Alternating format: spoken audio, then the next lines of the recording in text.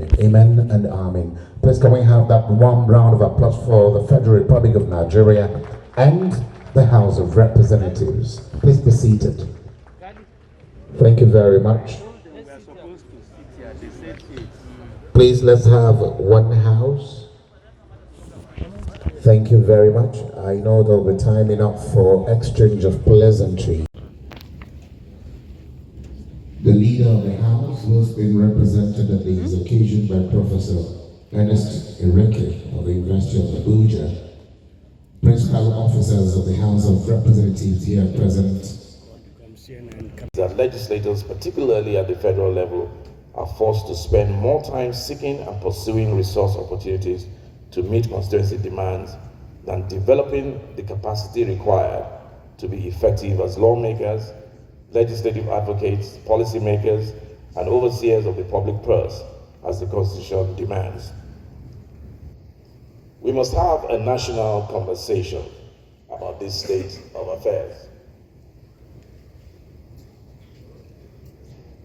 Then when we need to agree on what steps we must take to address this situation so that we can free our legislators to legislate in the national interest as the Constitution intended.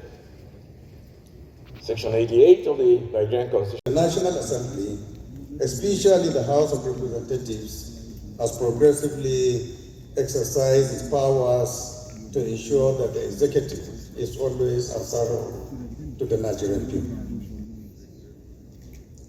Despite the growing assertiveness of the Nigerian legislature and its centrality to promoting good governance, committees face several challenges that impair their overall effectiveness.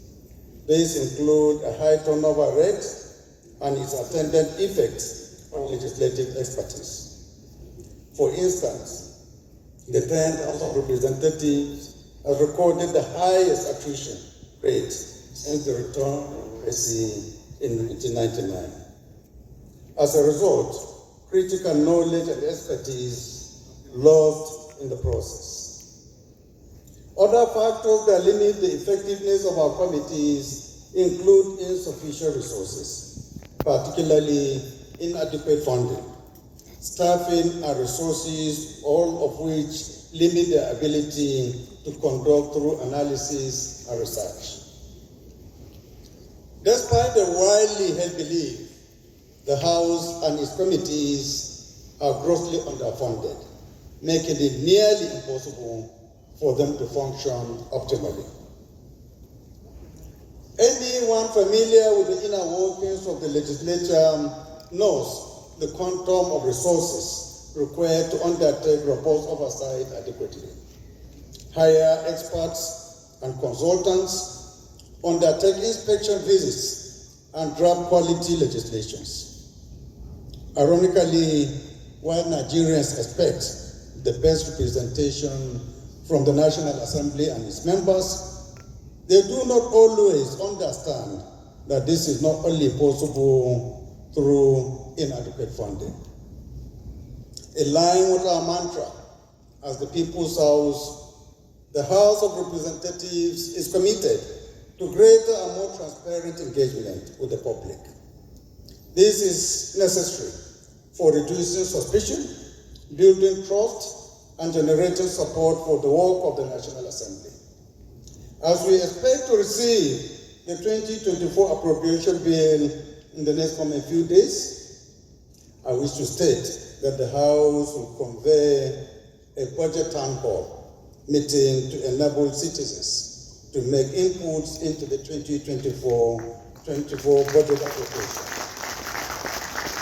It is the first time such an engagement is planned at the national level.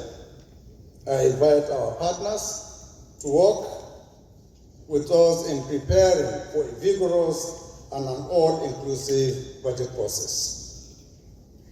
The theme of this retreat is improving legislative performance through effective committee management. This has been deliberately chosen to provide a comprehensive understanding of the task ahead, especially for many of us taking up these legislative responsibilities for the very first time. The legislature is central to our democracy, and a strong house is integral to ensuring that governance is conducted in an open, accountable, and representative manner. Dear colleagues, as chairman and deputy of various committees, we must ensure that the House delivers on its legislative agenda. The success of the agenda hinges on the efficiency, effectiveness, and integrity of our committee system. We must therefore commit to enhancing management of all committees to ensure that they function optimally. For this reason, I approve the establishment of the Committee on Monitoring and Evaluation of Standing and Other Committees. Its mandate is to ensure that all committees live up to their mandates and operate effectively. Committees must operate as units consisting of chairmen, deputies, and all their members, not just a few individuals. To be effective, committees must hold regular meetings, develop and adhere to annual work plans, report regularly, and engage with the public. However, the general effectiveness of committees is contingent on the clear understanding of committees' mandate and objectives. Secondly, we have structured the mandates of committees to avoid conflicts as much as possible and to promote synergy. In the past, committees have functioned in silos, resulting in friction and general inefficiency. I call on all chairmen and deputies to provide robust leadership and coordination. This involves fostering teamwork, promoting